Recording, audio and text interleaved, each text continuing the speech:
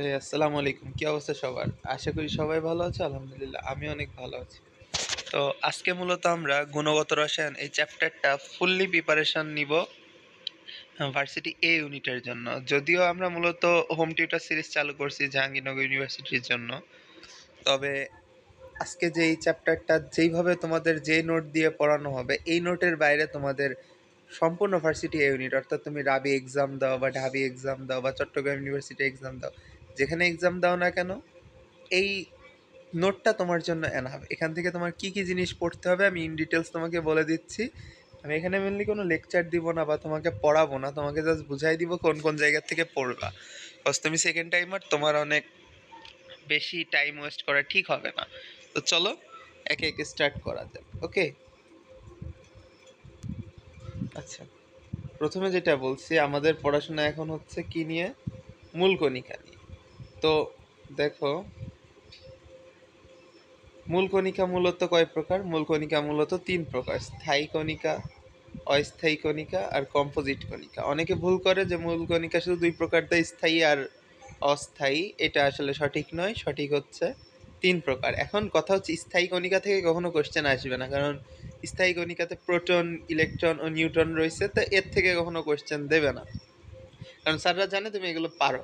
তোমাকে দিবে কি? কম্পোজিট কণিকা থেকে। কম্পোজিট কণিকার এখানে মূলত কি দেখে রাখবা দেখো তো, এই যে আলফা কণার যে সিম্বলটা, এটা দেখবা। ডিউটেরিয়ান কণার যে সিম্বল, এটা তুমি ভালো মতো দেখে রাখবা, এখানে যেন কোনো মিস্টেক হয় না। 1 2 3 এগুলোতে কোনো মিস্টেক হয় না। ওকে, এখানে অনেক সময় হিলিয়ামের উপর শুধু প্লাস দেওয়া থাকে, ওইটা যেন আবার টিক মেরে আসো না এক্সামে। হিলিয়ামের উপর 2+ থাকা লাগবে, এখানে উপরে 4 নিচে 2 থাকা লাগবে, এইভাবে ভালোভাবে দেখে রাখবে। ওকে, তো এখান থেকে যেন ভুল হয় না। আর অস্থায়ী কণিকা থেকে কি কোশ্চেন আসবে? দেওয়া থাকবে যে নিচের কোনটি অস্থায়ী কণিকা, অথবা দেওয়া থাকবে নিচের কোনটি অস্থায়ী কণিকা নয়। এই দুটোর মধ্যে যে কোনো একটা থাকবে। তো এতগুলো তোমার মুখস্থ করার দরকার নেই, জাস্ট জেনে রেখো। আর এই যে এই কয়টা প্রোটন, ইলেকট্রন, নিউট্রন, আলফা কণা, ডিউটেরিয়াম কণা, এই কয়টা বাদে যা যা আছে সবই অস্থায়ী কণিকা। তো এটা একটা on kind of shortcut tricks মনে রাখতে পারো। যাই হোক, ওকে। তো এরপরে আমরা সরাসরি কণিকার নাম, ভর, চার্জ, অবস্থান এগুলোতে চলে যায়। ওকে, তো দেখো কণিকার নামে কি কি আছে? Proton, electron, neutron. এখন এখান থেকে তোমরা এর ভরগুলো এক্স্যাক্টলি যেমনে দেওয়া আছে অমনে মুখস্থ রাখবা। এখানে গ্রামে আছে, তুমি গ্রাম ছাড়াও কেজিতে কনভার্ট করে ওইটা জাস্ট দেখে রাখবা। কেজিতে তেমন কিছু না, যেমন 24 আছে, ওইটা 27 হয়ে যাবে। এইটা ছাড়া কিছুই না, জাস্ট দেখে রাখবা, খাতায় নোট করে রাখবা। ওকে, তারপরে এই যে এখানে ধরো চার্জ দেওয়া আছে, এই পিডিএফ দিয়ে দিব, সমস্যা নেই। চার্জ কোনটার কি এক্স্যাক্টলি মনে রাখবো, অনেক সময় নিউটনের চার্জ পড়ে, বা ইএসইউতে পড়ে, বা কুলম্বে পড়ে। তো এগুলো তুমি কি করবা? এক্স্যাক্টলি মানগুলো মুখস্থ রাখবা যেন ভুল না হয়। এই যে প্লাস মাইনাস এগুলো সহ, কিন্তু আবার প্লাস মাইনাস দিতে ভুল হয় না।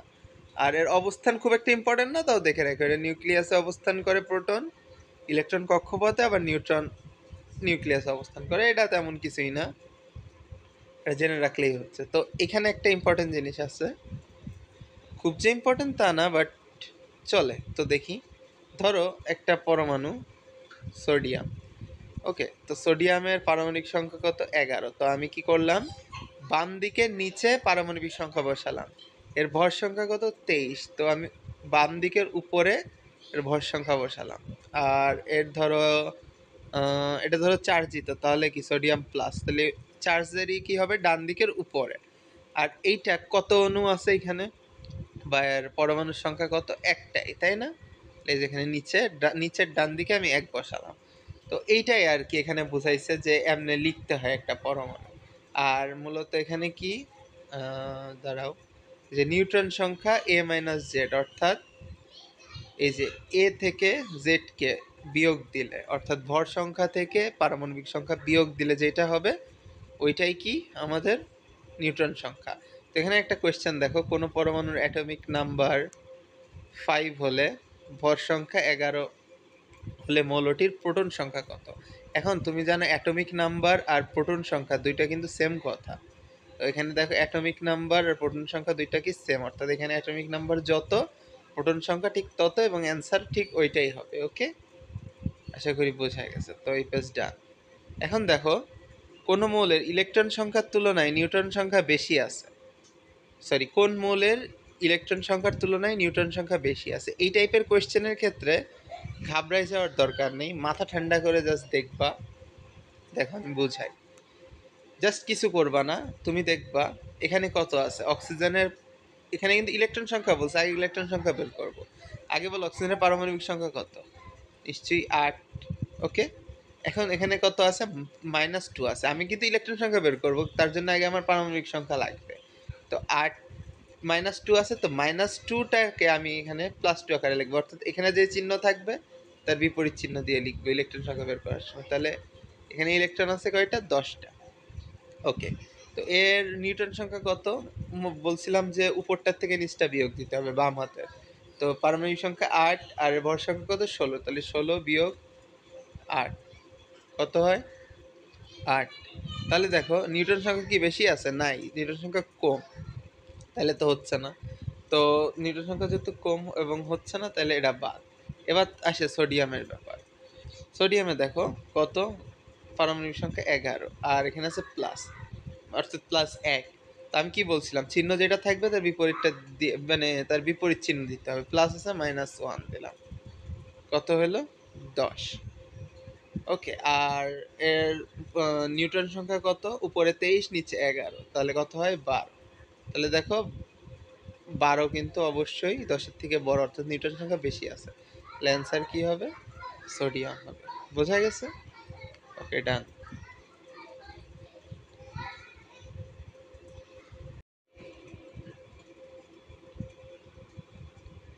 আচ্ছা, তো এখন হচ্ছে আমরা দেখো এই এইটার একটা সলিউশন করি।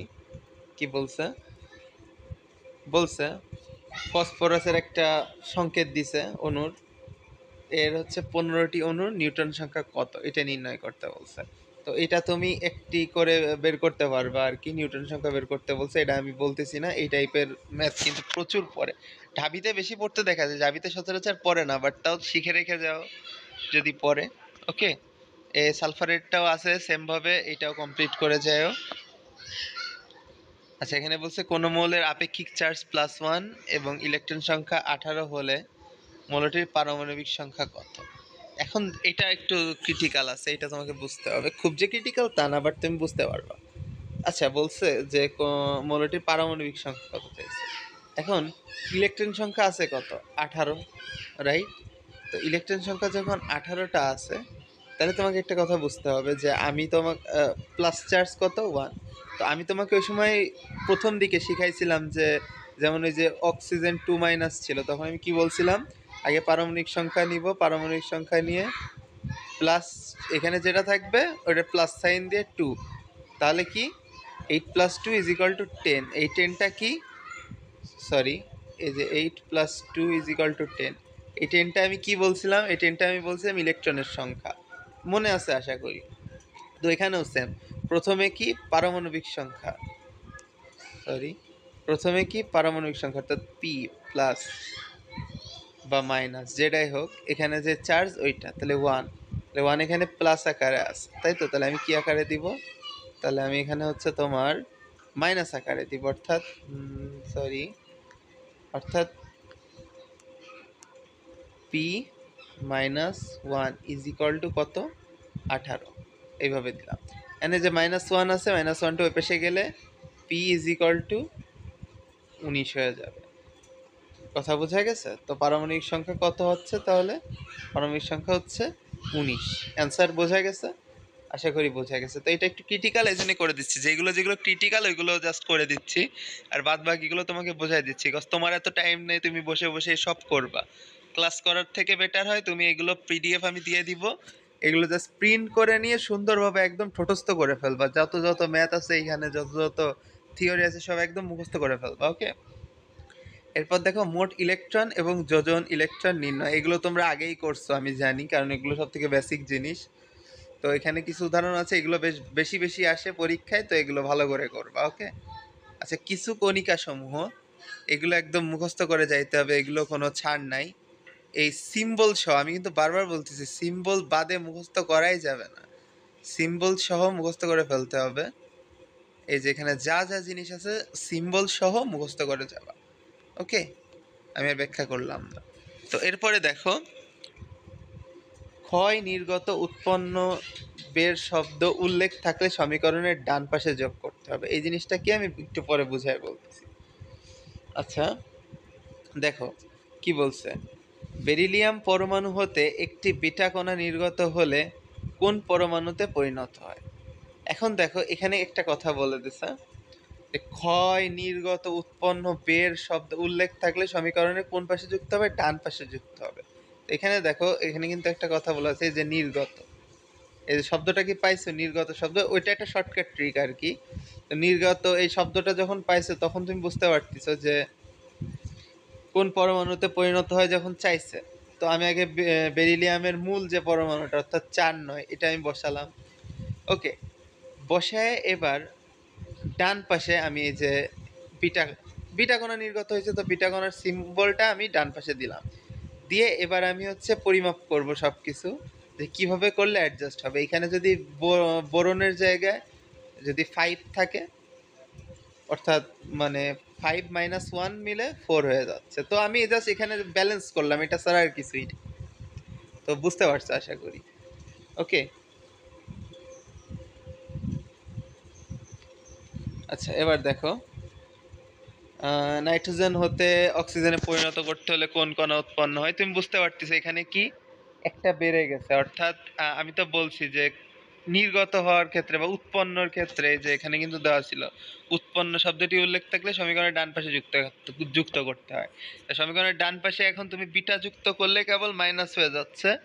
তো নাইট্রোজেন হতে অক্সিজেন পরিণত করতে গেলে তোমার বিটা কণা লাগবে, এটা তুমি বুঝতে পারতেছো। ওকে, আচ্ছা, সাহায্যে যোগে শব্দ উল্লেখ থাকলে সমীকরণের বাম পাশে যুক্ত করতে হয়। এটা কিন্তু এগুলো কিন্তু শর্টকাট ট্রিক্স, এগুলো মাথায় রাখাই লাগবে। সাহায্যে যোগে এই শব্দ উল্লেখ থাকলে সমীকরণের কোন পাশে যুক্ত করতে হবে, বাম পাশে যুক্ত করতে হবে। আন্ডারস্ট্যান্ড, বাম পাশে যুক্ত করতে হবে। এই যে দেখো কি বলছে, ফ্লোরিনের সাহায্যে আলফা কণা যোগে কোন পরমাণু উৎপন্ন হয়।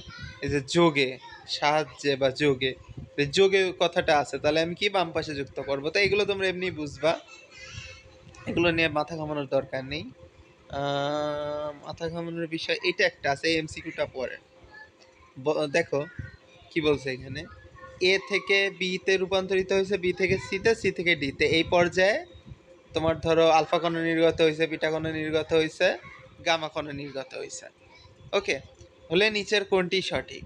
এখানে অ্যান্সারে দেওয়া রয়েছে C is equal to D. এটার রিজন কি বলো তো। রিজন হচ্ছে, আমি তোমাকে সিম্বলটা দেখাই। এই যে সিম্বলে দেখছিলে, এই যে গামার ক্ষেত্রে কাহিনী কি ছিল, 0 0, অর্থাৎ কোনো পরিবর্তন হবে না। এখানে ভরও 0, পরমাণুর সংখ্যাও 0, মানে পারমাণবিক সংখ্যাও 0। তাহলে কি হচ্ছে, কোনো পরিবর্তন হচ্ছে না। তাহলে সিতেও যা, সি থেকে একটা গামা কণা নির্গত হয়ে গেলে ডিতেও কি সেম। তো এটাই অ্যান্সার। এটা কিন্তু ক্রিটিক্যাল কোয়েশ্চেন, এটা কিন্তু পরে আমি কয়েকটা স্টার দিয়ে আর কি বুঝাই। এটা কিন্তু পরীক্ষায় আসবেই আসবে। ওকে, এটা ইম্পর্টেন্ট জিনিস, তো মাথায় রেখো। ওকে, নেক্সট। এখন আমরা সরাসরি পরমাণুর মডেলে চলে যাচ্ছি। তো দেখো পরমাণুর মডেলে যে দেখি কি কি আছে। এখানে তোমার বোঝার বিষয় হচ্ছে একটা জিনিস মাথায় রাখবা জাস্ট, এই যে এই মডেলের ভিত্তি ছিল কি, মহাকর্ষ তত্ত্ব। এটা কিন্তু এমসিকিউতে পড়বে যে এই রাদারফোর্ড পরমাণু মডেলের ভিত্তি কি ছিল, মহাকর্ষ তত্ত্ব। তা বাদে এই মডেলটাকে সোলার মডেলও বলা হয়। ওকে, তো এটা বেশি ইম্পর্টেন্ট যে মডেলের ভিত্তি ছিল কি, মহাকর্ষ তত্ত্ব। এটা মাথায় রাখলে হচ্ছে। তা বাদে এখান থেকে আর দেখা লাগবে যে এই পরীক্ষায় কি কি প্রয়োজন ছিল। যেমন তোমার এই যে একটা ছিল আলফা কণা, আলফা কণা প্রয়োজন ছিল, জিঙ্ক সালফেট পর্দা। এগুলো কিন্তু সুন্দরভাবে দেখে মুখস্থ করে যাবা। ওকে, সোনার পাত এর পুরুত্ব কত ছিল, এইটাকে পয়েন্ট আকারেও আর কি মুখস্থ করে যাবা, মানে দেখে যাবা আর কি কেমনে বের করতে বুঝবা। তারপর লেড ব্লক, তারপর এখান থেকে আর দেখবা পরমাণুর আকার, পরমাণুর ব্যাসার্ধ। তো এইগুলো তেমন কিছু না, এগুলো জাস্ট মাথায় রাখবে, এমসিকিউতে পড়লে যেন ভুল না হয়। মানুষজনের কেমিস্ট্রিতে ভুল করে কোথায় জানো, এই সেন্টিমিটারের জায়গায়, তারপর টু দি পাওয়ার এইটার জায়গায়, তারপর জিঙ্ক সালফেটে এখানে ধরো অন্য এমনে দিয়ে দিল, তুমি তখন দেখা যাচ্ছে এটাই টিক মেরে আসলা। তো এই টাইপের ছোটোখাটো ভুল করে আর কি। এগুলো মিস্টেক থেকে বাঁচতে হবে, মিস্টেক থেকে না বাঁচলে হবে না।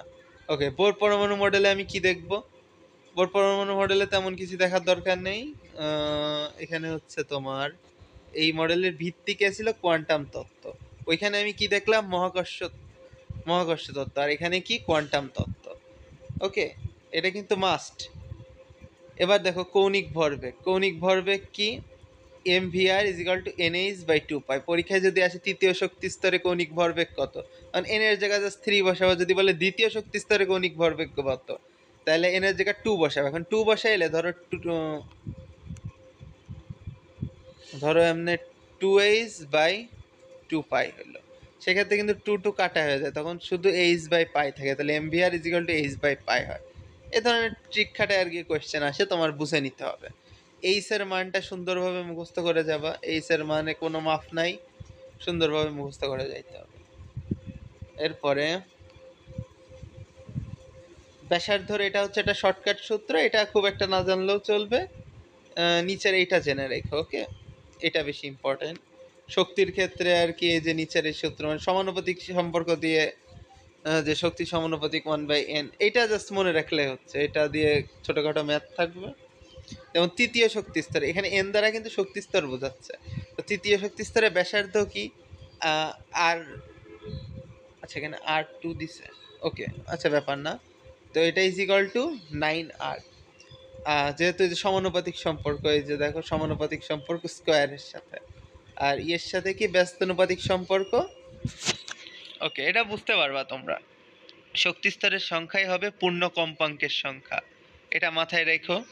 যেমন তৃতীয় শক্তি স্তরে পূর্ণ কম্পাঙ্কের সংখ্যা 3টি, চতুর্থ শক্তি স্তরে পূর্ণ কম্পাঙ্কের সংখ্যা কত, 4টি, পঞ্চমে 5টি, এমনি আর কি। ওকে, সীমাবদ্ধতা কি বোরের, কিন্তু এটা কিন্তু বোর পরমাণু মডেল। সীমাবদ্ধতা কি, হাইজেনবার্গের অনিশ্চয়তা নীতি। একই সাথে কৌণিক ভরবেগ ও অবস্থান নির্ণয় করা যায় না, তো এটা মাথায় রাখবে, এমসিকিউতে পড়তে পারে। আর জি ম্যানো স্ট্যাক প্রভাব, এগুলোই মূলত কি তোমার সীমাবদ্ধতা। আশা করি বুঝতে পারছো। ওকে, এখন এরপরে আসে তোমার আইসো সম্পর্কিত, অর্থাৎ আইসোটোপ, আইসোটোন, এগুলো তোমরা নিজেই বুঝতে পারবা যে প্রোটন, মানে এই উদাহরণগুলো আর কি মেন, এই সংজ্ঞাটা মাথায় রাখবা, উদাহরণটা দেখে রাখবা। আর এখানে সব থেকে ইম্পর্টেন্ট, সোডিয়াম ও কপারের একটি মাত্র স্থায়ী আইসোটোপ আছে। সোডিয়াম ও কপারের একটি মাত্র, কয়টা, একটি মাত্র। কার কার, সোডিয়াম ও কপারের। এটা কিন্তু আমার সময় পরীক্ষায় আসছিল, আমি পারছিলাম না, এটা কিন্তু মাথায় রেখো, এটা যেন ভুল হয় না। ওকে, এটা পরীক্ষায় আসবে, তখন না পারলে সমস্যা। আচ্ছা, ব্যবহারগুলো মাথায় রাখবো, কোনটার কি ব্যবহার, এক্সামে ডিরেক্টলি চলে আসতে পারে। অপশানে হচ্ছে এগুলো দেখে তুমি অ্যান্সার করে দিবা, এগুলো নিয়ে আমি আর ব্যাখ্যা করলাম না। তারপরে দেখো এগুলো সেম, কোনটা কি কাজ, এগুলো মুখস্থ করা লাগবে, কোনো ওয়ে নাই। আইসোবারের কি ভর সংখ্যা একই, উদাহরণ মনে রাখবা। আইসোটোনের ক্ষেত্রে কি নিউটন সংখ্যা একই, উদাহরণগুলো মনে রাখবা। আইসো ইলেকট্রনিকে কি ইলেকট্রন সংখ্যা সমান হবে, এখন কোনগুলো এগুলো তুমি মনে রাখবা। এন্ড কোয়ান্টাম সংখ্যায় যাই, কোয়ান্টাম সংখ্যা কি মূলত 4 প্রকার। প্রথম 3টি কম্পাঙ্ক ভিত্তিক আর কি, এগুলো সিম্পল, এগুলো তেমন কিছু না, তুমি দেখলেই বুঝতে পারবা, এগুলো শর্ট হ্যান্ড নোট। তো তো নোডের এটা দেখবা, নোডের এটা যেহেতু যদিও তোমাদের বইতে তেমন একটা নাই, বাট এটা অ্যাডমিশন এক্সামে আর কি চলে আসে, তো নোডের এই সূত্র টুত্র এগুলো আর কি দেখে রাখো। ওকে, আচ্ছা, তারপর ডি এক্স ওয়াই অরবিটালের লোভ সংখ্যা 4টি, এর কারণটা আর কি একটু বুঝে রাখো। এটা যদি এক্সামে চলে আসে, এটা একটু এক্সট্রা হিসেবে দিছি, বাট আসতে পারে, আসলে যেন তুমি অন্যদের থেকে একটা মার্ক হইলেও আগায় থাকো, এটা তোমাদের দায়িত্ব। সহকারী কোয়ান্টাম সংখ্যা সম্পর্কে এখানে পড়বা, এখানে তেমন কিছু নাই। এই যে সর্বোচ্চ অরবিটাল ধারণ ক্ষমতা, সর্বোচ্চ ইলেকট্রন ধারণ ক্ষমতা, এগুলো কিন্তু মাস্ট। ওকে, এই যে এইগুলো কিন্তু কি মাস্ট, এগুলো পরীক্ষায় আসবে, সুন্দরভাবে পড়ে ফেলবা। আচ্ছা, ম্যাগনেটিক কোয়ান্টাম সংখ্যায় কি, এখানে হচ্ছে সব থেকে ইম্পর্টেন্ট জিনিস হচ্ছে ত্রিমাত্রিক ইলেকট্রন বিন্যাস সম্পর্কে ধারণা দেওয়া হয়, এটা এক্সামে ডিরেক্টলি পড়ে। ওকে, আচ্ছা এখানে ধরো একটা জিনিস, এই দেখো সহকারী কোয়ান্টাম সংখ্যায় আকার ও আকৃতি সম্পর্কে ধারণা দেওয়া হয়, তো এটা মাথায় রাখবো।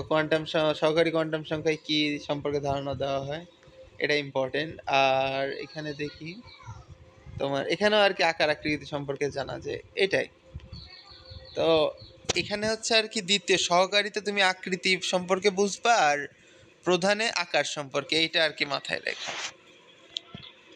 ওকে, স্পিন কোয়ান্টাম সংখ্যায় কি ঘূর্ণনের দিক সম্পর্কে আর কি জানা যায়? স্পিন কোয়ান্টাম সংখ্যায় কি ঘূর্ণনের দিক সম্পর্কে জানা যায়। তারপর এস এর মান প্লাস হাফ মাইনাস হাফ হইতে পারে, ক্লকওয়াইজ হইলে প্লাস হাফ, অ্যান্টি ক্লকওয়াইজ হইলে মাইনাস হাফ। এখন দেখো এটা একটা ইম্পর্টেন্ট ব্যাপার, নিচের কোন সেটটি কি বলছে সম্ভব নয়, মানে সরি নিচের কোন সেটটি সম্ভব। তো এটা কেমনে বুঝবা, দেখো আগে দেখতে হবে কি সম্ভব নয়। দেখো এখানে এন এর মান 3 আছে, এল এর মানও 3 আছে, এটা কিন্তু বাপের জন্ম সম্ভব না। কেন? কারণ এল এর মানের সিস্টেমই হচ্ছে n-1, অর্থাৎ এন এর থেকে এক কম থাকতেই হবে। এখানে আবার দেখো এন এর 3 আছে, এল এর 1 আছে, এটা ঠিক আছে, কিন্তু এম এর যে আবার -2 হয়ে গেছে। তা এখানে ভুল কি ভাই? ভুল হচ্ছে দেখো এল এর মান যেটা ওইটার প্লাস মাইনাস পর্যন্ত হইতে পারে, এই যে -1 0 +1 এই পর্যন্ত হইতে পারে, তো এটাও পসিবল না। এখানে দেখো n3 আছে, l0 আছে, m0 আছে, এ পর্যন্ত ঠিক ছিল, বাট এস এর মান +1 দিছে। +1 তো হয় না রে ভাই, একটু আগে শিখাইছি প্লাস হাফ মাইনাস হাফ, তো এটাও বাদ। বাকি থাকে কি ডি, বাকি থাকে কি ডি বাকি থাকে, তো ডি হচ্ছে অ্যান্সার। তো এইভাবে তোমাকে বুঝে বুঝে অ্যান্সার করতে হবে। 2p এর জন্য সম্ভাব্য কোয়ান্টাম সংখ্যা সেট কোনটি, এটা ইজি, এটা তোমরা এখান থেকে বুঝে নিতে পারবা। ওকে, এই যে এখানে ক্লোরিনের 14তম ইলেকট্রনের জন্য কোয়ান্টাম নাম্বার কত, এটা ইজি, এটা তোমরা বুঝে নিতে পারবা এখান থেকে। আচ্ছা, আহ্বাও নীতি এটা পড়বা, মানে এখানে মূলত যা যা আছে সবগুলো আর কি ইন ডিটেলস মুখস্থ করে যাবা তুমি, তোমার কাজ এইটা। আর কি আছে দাঁড়াও দেখি। এই যে n প্লাস এল এর মান যার বেশি হবে তার শক্তি তত বেশি হবে, এই জিনিসটা আর কি মাথায় রাখবা। এই শক্তির ক্রম এটা আসে পরীক্ষায়, আর যদি সবগুলো সেম হয়ে যায় সেক্ষেত্রে কি যার এন এর মান বেশি হয় সেগুলার হচ্ছে তোমার মানে বড় হবে, আর যেগুলোতে এন এর মান কম সেগুলোতে আগে প্রবেশ করবে। আচ্ছা, এখানে অসম্ভব অরবিটাল, এটা থেকে একটা কোয়েশ্চেন আসে, এটা যদি এটা ইজি জিনিস, বাট এই যে অসম্ভব অরবিটাল থেকে কিন্তু একটা কোয়েশ্চেন থাকেই কম বেশি, তো এটা পড়ো। তারপর এই যে পর্যায়টা 1s 2s 2p 3s 3p, এটা কিন্তু মাথায় রাখবো, অনেক সময় প্রয়োজন পড়বে ইলেকট্রন বিন্যাসের ক্ষেত্রে। দেখো বলছে কি এফ এর ইলেকট্রন বিন্যাস কত, এটা ইজি, এটা পারবা। ইলেকট্রন বিন্যাসগুলো দেখে যাবা, আর সব থেকে বেশি ইম্পর্টেন্ট যেগুলো পরীক্ষায় পড়বে সেটা হচ্ছে ব্যতিক্রমী ইলেকট্রন বিন্যাস, এটা কিন্তু জাবির এক্সামে খুব পড়ে, ব্যতিক্রমী ইলেকট্রন বিন্যাস। যদি ডিরেক্টলি ইলেকট্রন বিন্যাস সামনে নাও পড়ে, শুধু লাস্টের দুইটা ঘর দিতে পারে, যে এই মানে এটা দিল দিয়ে লাস্টের দুই ঘর দিল, যে কোন ইলেকট্রন বিন্যাসটি সঠিক। তো যাই হোক, এখান থেকে আরেকটা জিনিস পড়বে, সেটা হচ্ছে যে তোমার এইগুলো মনে রাখবে যে এইগুলোরই ইলেকট্রন বিন্যাস ব্যতিক্রম হবে। ওকে, এগুলো অনেক সময় অপশানে থাকবে, এখানে যে কটা আছে সবগুলো পড়বা। আর এই যেখানে শর্টকাট ট্রিক দেওয়া আছে তোমার, এই যে শর্টকাট ট্রিক্স দেওয়া আছে, এটা মাথায় রেখে যাবা, এটা ইজি জিনিস, পড়লেই পারবা, আমি আর ব্যাখ্যা করতেছি না। ওকে, হুন্ডের নীতি, ইলেকট্রন বিন্যাসে সর্বাধিক সংখ্যক ইলেকট্রন বিজোড় বা অযুগ্ম অবস্থায় থাকবে, তো এইগুলো তোমরা বোঝো, এগুলো নিয়ে আমার ব্যাখ্যা করার প্রয়োজন নাই। পাউলির বর্জন নীতি বা পলের বর্জন নীতি যেটাই বলো, যে একটি একই পরমাণুর দুইটি ইলেকট্রনের চারটি কোয়ান্টাম সংখ্যার মান কখনোই একই হবে না, এটা তোমরা বোঝো, এটা আমার ব্যাখ্যা করার দরকার নাই। কর্ণ সম্পর্ক, কর্ণ সম্পর্ক থেকে কোয়েশ্চেন আসে, যে এটা একটা শর্টকাট ট্রিক্স দেওয়া আছে, যে কি যাদের পারমাণবিক সংখ্যা 9 এর কম তাদের সাথে 9 যোগ করতে হবে, তাহলে তাদের কর্ণ সম্পর্কের মানটা পাবা। আর যাদের 9 এর বেশি তাদের সাথে 9 বিয়োগ করতে হবে। যেমন দেখো এখানে লিথিয়াম আছে, লিথিয়ামের কি পারমাণবিক সংখ্যা 3, তাই না? আর এটা কি 9 এর বেশি না 9 এর কম? অবশ্যই 9 এর কম, তখন তুমি 9 যোগ করে দিলে এর কর্ণ সম্পর্কে যে আছে তাকে পেয়ে যাবা। 9 যোগ করলে হয় 12, 12 থেকে ম্যাগনেসিয়াম, কর্ণ সম্পর্কের কি পরমাণু পাইছি পাইছি। মানে সালফারের ক্ষেত্রেও সেম, সালফার কি 16, তাহলে এটা কিন্তু 9 এর থেকে বেশি, তো আমি 9 বিয়োগ করে দিলে যতটুকু হয় ওইটার একটা পেয়ে যাবো আর কি, ইজি জিনিস। আচ্ছা, পর্যায় সংখ্যা, পর্যায় সংখ্যা কি সর্বোচ্চ যত পর্যায়ে আছে তত ওইটাই হচ্ছে এর পর্যায় সংখ্যা। যেমন এখানে সোডিয়াম ইলেকট্রন বিন্যাস করে আমি দেখতেছি কি সর্বোচ্চ পর্যায়ে আছে কত তিন, সর্বোচ্চ পর্যায়ে আছে তিন, তো পর্যায় সংখ্যা কত? তিন। বোঝা গেছে হয়তো? ওকে, এবার আসে গ্রুপ সংখ্যা। গ্রুপ সংখ্যা কি? এই তোমার হচ্ছে সর্বোচ্চ পর্যায়ের কি বলো, শেষের অরবিটালে যতগুলো তোমার ইলেকট্রন থাকবে ওটা হচ্ছে তোমার গ্রুপ সংখ্যা। তো এটা তো ইজি, এটা পারো। যে গ্রুপ সংখ্যার তিনটা নিয়ম দেওয়া আছে, এই তিনটা নিয়মই মাথায় রাখবা। এগুলো তো আমরা 9-10-ও পরে আসছো। আচ্ছা, মুদ্রা ধাতু কোনগুলো মনে রাখবা? Silver, gold, copper. ওকে, তারপরে দেখি যত দ্রুত আগানো সম্ভব আর কি, কারণ তোমাদেরও পড়া রয়েছে। পিডিএফ গুলো পেয়ে যাবা, টেনশন নাই। এইগুলো আর কি পর্যায়ক্রমে মুখস্থ রাখবা। ওকে, এগুলো পর্যায়ক্রমে মুখস্থ রাখবা। যেগুলোর মান দেওয়া আছে মানগুলো মুখস্থ করবা, এগুলো কিন্তু পরীক্ষায় পড়বে। ওকে, এগুলো কি পরীক্ষায় আসবে। তারপরে হচ্ছে যে বেগুনি, নীল, আসমানি, সবুজ, হলুদ, কমলা, লাল, এগুলো হচ্ছে আর কি মুখস্থ করে যাবা। মানগুলো সবগুলোর দেওয়া নাই, বেগুনি আর লাল মুখস্থ করলেই হচ্ছে। আর নীলেরটা একটু বইয়েতে দেখে যায়। আচ্ছা, এখানে একটা ইম্পর্টেন্ট নোট আছে, সেটা কি, যে আলোর তরঙ্গ দৈর্ঘ্য যত কম তার বিক্ষেপণ ক্ষমতা ও শক্তি তত বেশি। এটা আর কি মাথায় রেখো, কি, যে আলোর তরঙ্গ দৈর্ঘ্য যত কম এর বিক্ষেপণ ক্ষমতা ও শক্তি তত বেশি। আচ্ছা, এরপরে কি, ম্যাক্স প্লাঙ্কের কোয়ান্টাম তত্ত্ব। ম্যাক্স প্লাঙ্কের কি বলো? কোয়ান্টাম তত্ত্ব। তো এটার ক্ষেত্রে E is equal to H mu. H mu হচ্ছে আর কি, এটা তোমরা বুঝতে পারতেছো এটা কি, এটা বুঝাই দেওয়ার দরকার নেই। আলোর বেগের সূত্র আছে, এগুলো মাথায় রাখবা। কোনটার একক কি, এককটা কিন্তু ইম্পর্টেন্ট। যেমন প্লাঙ্কের ধ্রুবকের ক্ষেত্রে একক কি, এটা মাথায় রাখতে হবে। ফোটনের শক্তির একক কি, এইটাই। আইনস্টাইনের আপেক্ষিক তত্ত্ব মাথায় রাখবা। ফোটনের ভরবেগ, এই সূত্রগুলো আর কি মুখস্থ করবা। ডি ব্রগলির সমীকরণের সূত্র মুখস্থ করবা। স্পন্দন সংখ্যা, এই সূত্রটা মুখস্থ করবা। আচ্ছা, লাল তরঙ্গ দৈর্ঘ্য এত, ফ্রিকোয়েন্সি ও স্পন্দন সংখ্যা কত, এগুলো তোমরা করে আসছো, এগুলো পারবা, এগুলো ইজি জিনিস, এগুলো ব্যাখ্যা করার কিছু নাই। তারপর হাইড্রোজেন বর্ণালী, রিডবার্গের সমীকরণ, হাইড্রোজেন বর্ণালীর সমীকরণ, এইগুলো আর কি দেখেছে। ওকে, লাইমেন সিরিজ, বামার সিরিজ, প্যাসচেন সিরিজ, এগুলো। তারপর এগুলো কোন রশ্মি, ইউভি রশ্মি, দৃশ্যমান অঞ্চল, আয়ার, এগুলো আর কি মাথায় রেখে যাবে। এগুলো কিন্তু দরকার হবে পরীক্ষায়। ওকে, অপশানে আসতে পারে। এগুলো পারবা, এগুলো নিয়ে ব্যাখ্যা করার আমার প্রয়োজন নাই। আচ্ছা, এখানে দেখো, হাইড্রোজেন বর্ণালীর বামার সিরিজের চতুর্থ লাইনের জন্য ইলেকট্রন সংখ্যা, ইলেকট্রন স্থানান্তর হতে হবে।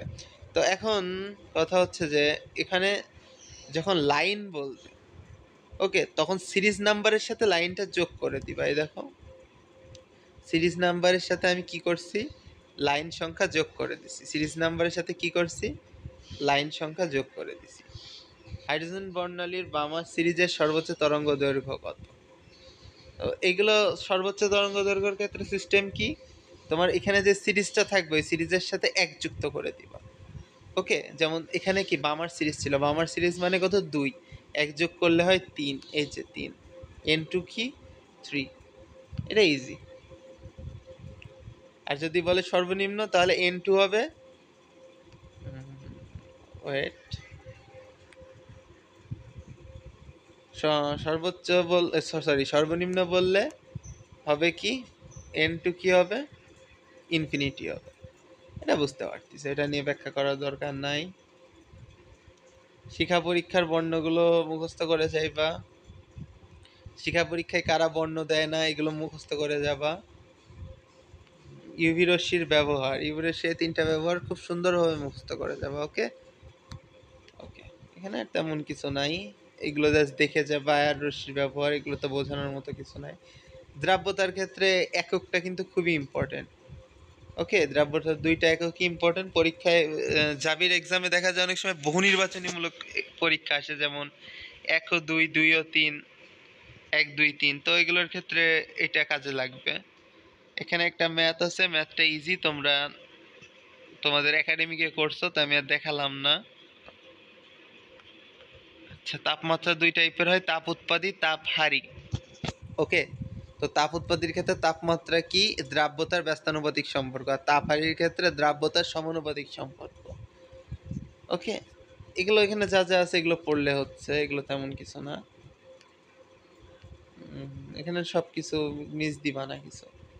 আচ্ছা, তারপর দ্রাব্যতা গুণফলের ক্ষেত্রে এখানে কিছু শর্টকাট রয়েছে, ওই শর্টকাট অনুযায়ী ডিরেক্টলি তুমি এক্সামে উত্তর বসাইতে পারবা, অর্থাৎ কেএসপির মান ডিরেক্টলি তুমি বসাইতে পারবা। ওকে, এই শর্টকাটগুলো দেখে যাও।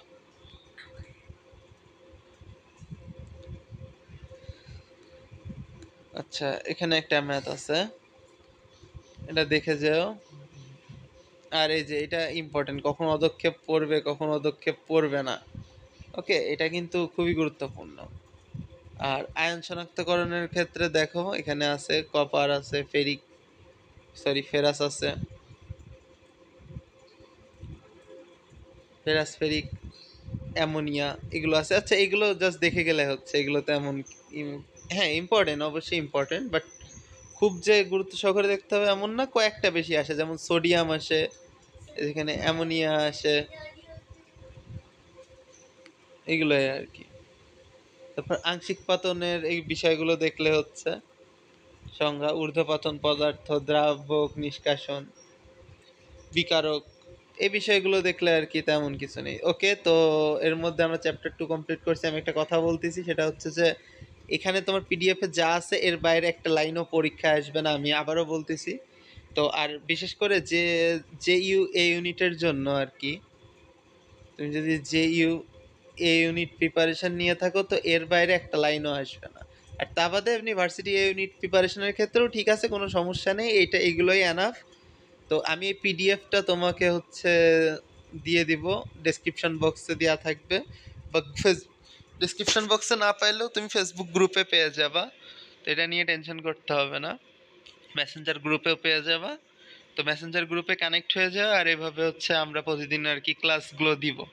তো ওকে, সবাই ভালো থাকো, আল্লাহ হাফেজ।